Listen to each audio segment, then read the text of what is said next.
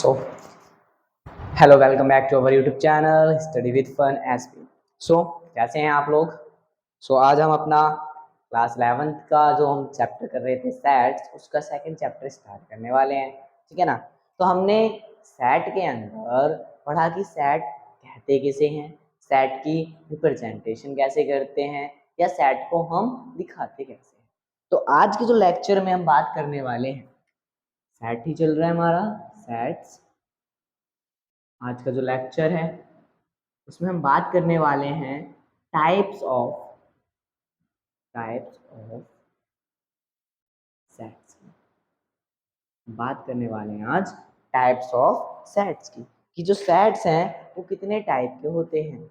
तो देखिए, सेट के बारे में हमने पढ़ चुके हैं, बहुत सारी चीजें, रिप्रेजेंटेशन उसकी पढ़ चुके हैं।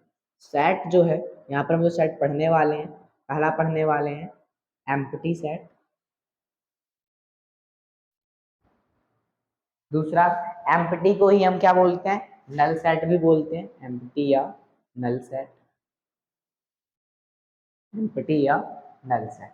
सेकेंडली जो हम पढ़ने वाले हैं मेनली, वो पढ़ने वाले हैं फाइनाइट सेट, तीसरा इनफाइनाइट सेट, इनफाइनाइट सेट पढ़ने वाले हैं।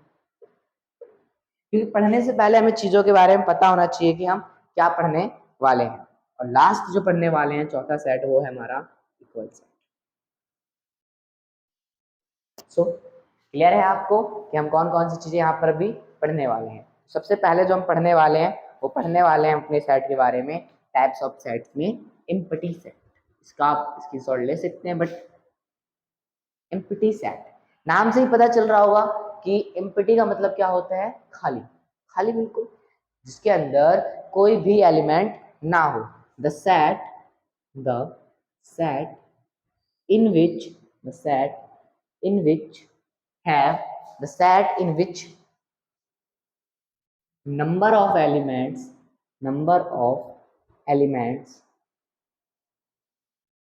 the set in which the number of elements is zero is zero is called empty set, is called empty set या नल सेट, बोले तो नल सेट। ये तो हमारी क्या हो गई, इसकी डेफिनेशन हो गई। हम इसे रिप्रेजेंट करते हैं फाई से या खाली करली ब्रैकेट से। ये क्या है, इसको सिंबल है, इसका सिंबल, ये इसका सिंबल है। इसे हम फाई या खाली ब्रैकेट से, करली ब्रैकेट से क्या करते हैं, रिप्रेजेंट करते हैं। सो एक क्वेश्चन से इसे हम समझते हैं, अ set of even number, a set of even number which are divisible by 3, set of even number which are divisible by 3। तो देखिए 2 है, 4 है, क्या 3 से डिवाइड होंगे, नहीं होंगे। तो हमारा सेट क्या हुआ, या तो हम 5 लिख सकते हैं या क्या लिख सकते हैं, करली ब्रैकेट से। क्लियर जी, समझ आया आपको हल्का सा कि सेट क्या है। या हम बात करें a set of even prime number, set of even prime number. देखिए, a set of even prime number की बात कर रहे हैं, तो सेट्स में क्या होता है, प्राइम नंबर में, प्राइम नंबर हमारे क्या है, जिसके पास अपना खुद डिवीज हो और अब अपने आप से डिविजिबल हो। 1 2 3 5 एंड 7 11, ऐसे क्या है, हमारे प्राइम नंबर है, इवन प्राइम नंबर। तो देखिए यहाँ पर सेट क्या बनेगा, एक इवन प्राइम नंबर है हमारे पास में, क्या है, 2। तो ये क्या है हमारा, नॉट अ एम्प्टी सेट, क्योंकि इसके पास एक एलिमेंट है, इसलिए हमारा एम्प्टी सेट नहीं है। तो आगे बढ़ते हैं अगले की बात करते हैं जो कि हमारा है फाइनाइट सेट। फाइनाइट सेट की अगर बात करें, फाइनाइट सेट जो है, फाइनाइट सेट का मतलब है कि जिसे हम क्या कर सकें, मेजर कर सकें, इसके एलिमेंट्स को हम क्या कर सकें, काउंट कर सकें, इसके एलिमेंट्स को हम क्या कर सकें, काउंट कर सकें। The set the set the set which have the set in which number of number of elements number of elements are finite are finite is called finite set। अब एक ऐसा सेट जिसके नंबर क्या हो, गिन सकते हो, जिसके एलिमेंट्स को क्या कर सकते हैं, काउंटेबल हो, हम जिन्हें काउंट कर सकते हैं, वो क्या होंगे, हमारे फाइनाइट सेट होंगे, वो क्या होंगे, हमारे फाइनाइट सेट। क्लियर है? जैसे कि अ सेट ऑफ नेचुरल नंबर, जैसे कि मैंने एग्जांपल के लिए लिया आपका अ सेट ऑफ नेचुरल नंबर। तो देखिए, अब सेट जो बनाया, नेचुरल नंबर्स हैं 1 2 3 4 5 और ऐसे आगे तक बढ़ते जाएंगे। अब देखिए यहाँ पर क्या है कि नेचुरल नंबर्स हमें पता है सेट भी बन रहा है, लेकिन क्या ये फाइनाइट सेट बन रहा है, क्या हम इन्हें काउंट कर सकते हैं? नहीं, हम इन्हें काउंट नहीं कर सकते हैं। इसलिए क्या है, हमारा फाइनाइट सेट नहीं है, ये हमारा फाइनाइट सेट नहीं है। अगर एग्जाम्पल की हम बात करें, और ये हमारा फाइनाइट सेट नहीं है, जैसे कि हाँ एक एग्जाम्पल है, या एग्जाम्पल के लिए a set of natural number a set of natural number less than 5 less than 5। अब देखिए लेस देन क्या बोला हमने, 5। अब यहाँ पर अगर आप कोई सेट बनाते हैं लेस देन 5 करके, तो आपका जो सेट बनेगा वो क्या बनेगा, 1 2 3 4। तो यहाँ पर हम काउंट कर सकते हैं कितने एलिमेंट हैं यहाँ पर, 1 2 3 4। तो यहाँ पर क्या हो गया, ये फाइनाइट सेट। तो समझ गए आप। आगे बढ़ते हैं हम अपनी इनफाइनाइट सेट के बारे में, या आपने नोट डाउन कर लिया होगा, रेज कर लेते हैं।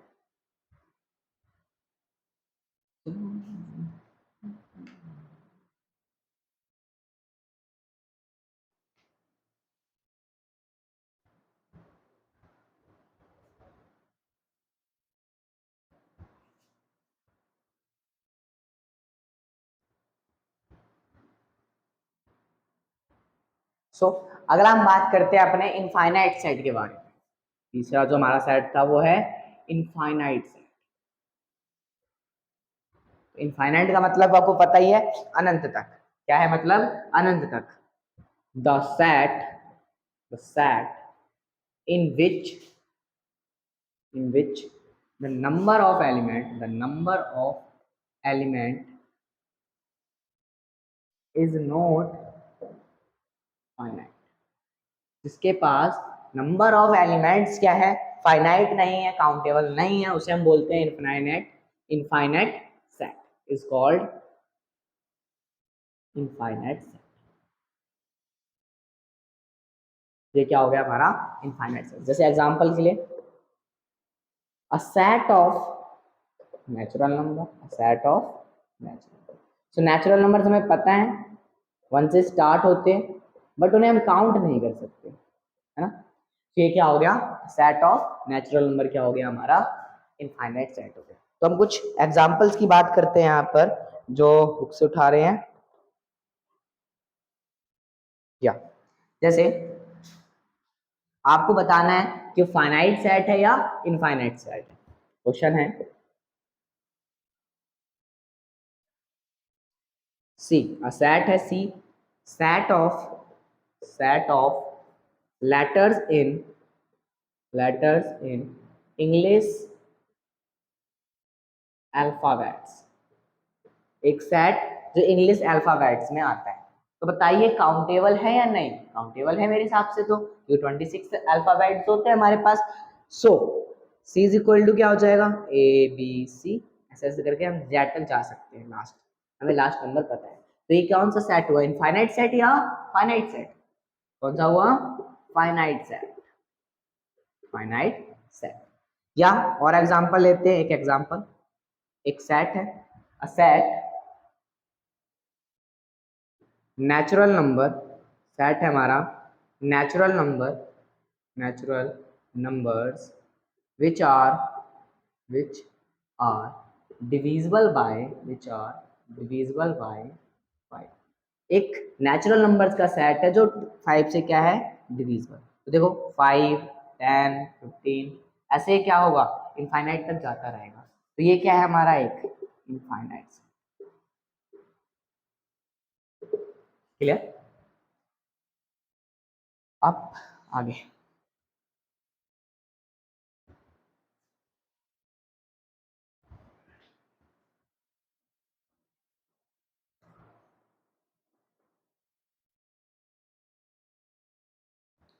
लास्ट वन जो मैंने लिखवाया था वो है हमारा equal set.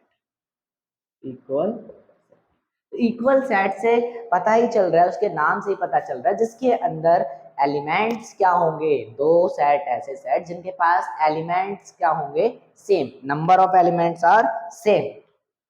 To sets are two sets are said to be equal, said to be equal if they have, if they have, if they have same element, same element। अगर उनके पास क्या हो, सेम एलिमेंट हो, तो उन्हें हम कहेंगे equal sets. Example के लिए एक सेट है ए बी सी डी, दूसरा सेट है आपका बी सी डी ए। तो बताइए ये इक्वल सेट है या अनइक्वल सेट है? देखिए ए है इसके पास भी ए है, B, B, C, C, D, D and element भी 4। तो हम कह सकते हैं कि A is equal to B, A is equal to B. अगर मैं यहाँ पर एक और साइड ले लेता हूँ एग्जाम्पल के लिए आपका, अगर यहाँ पर मैं क्या कर देता, थोड़ा सा चेंज, जैसे कि मैंने ले लिया एक सेट 1 2 3 4 5, ठीक है, एक मैंने सेट ले लिया 1 2 3 4 5 और एक और सेट ले लिया मैंने 4 3 2 1। अब देखिए क्या ये इक्वल सेट है, क्या इनके पास एलिमेंट बराबर हैं? देखिए 1 1 1 1 2 2 3 4, बट 5 नहीं है, तो हम क्या लिखेंगे, a is not equal to, a is not equal to b। ये सिंबल हमारा किसके दिखा रहा है, नॉट इक्वल को शो करता है हमारा सिंबल, जो कि अभी लगाया।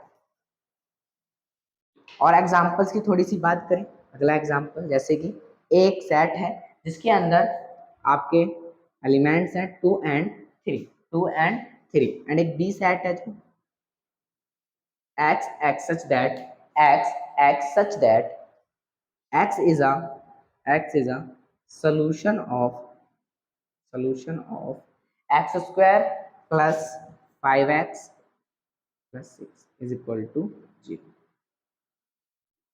तो देखिए यहाँ पर क्या कहा कि a जो है वो 2 और 3 है, और एक सेट जो है b वो x x such that is a solution of x square plus 5x। अभी इक्वेशन दे रखी है आपको, इक्वेशन सॉल्व करना आपको आता ही होगा। अगर आप 11th क्लास में और मैं कहूँ कि आपको मैं मिड टर्म स्प्लिटिंग मेथड सिखाऊं तो बहुत अजीब लगेगा ना।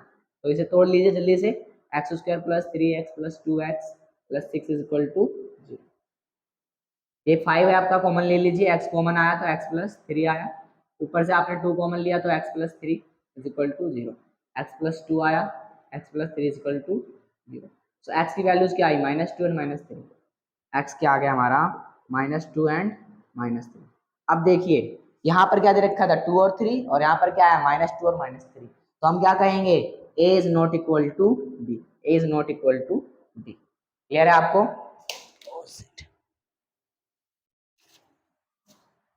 अब इधर से हम क्या कर सकते हैं, आप अपनी एक्सरसाइज 1.2 जो है वो पूरी की पूरी आप कंप्लीट कर सकते हैं। अगर आगे हम अब बात करते हैं अपने अगले टॉपिक की।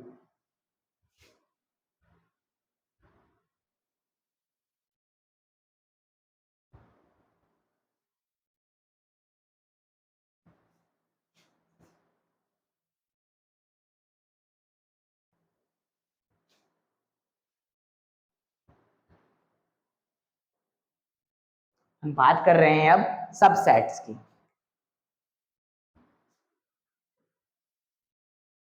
सबसेट्स, सबसेट्स का सिंबल ये होता है हमारा। सबसेट्स का मतलब है a part of a set, a part of a set.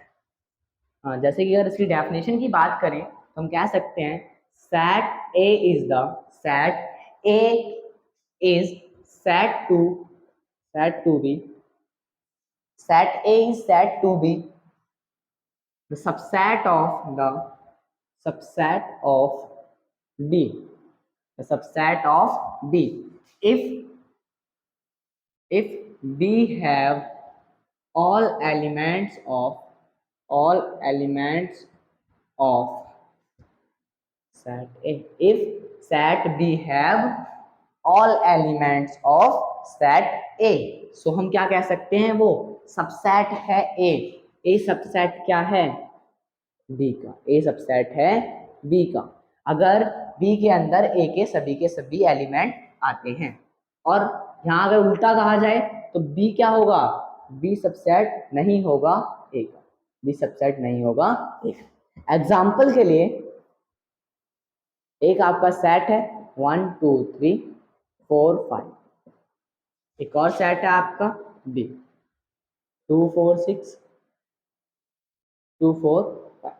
तो बताइए कि यहाँ पर कौन किसका सबसेट है। देखिए A एंड B 2 4 5, तो हम यहाँ पर क्या कहेंगे, B is the subset of A, B is the subset of A, but A is not subset of B because A have no elements of B have no elements of A। so ये क्या है कि एक के जब किसी भी part के दूसरे के अंदर एलिमेंट्स पाए जाएंगे तो उसे हम बोलेंगे सबसेट। एक और एग्जांपल से समझ लेते हैं, जैसे कि आपका दे रखा है 1 2 3 1 2 3 4 1 2 3 4 एंड बी दे रखा है आपका 2 4। तो बताइए बी सबसेट है ए का कि नहीं, बी सबसेट है हमारे ए का और ए सबसेट नहीं है हमारे। तो अब आप एक्सरसाइज अपनी 1.2 कर सकते हैं आराम से, और अगले लेक्चर में हम डिस्कस करेंगे हमारे सबसेट्स के बारे में और सबसेट्स के पावर सेट के बारे में एंड नंबर ऑफ एलिमेंट्स के बारे में। So thank you.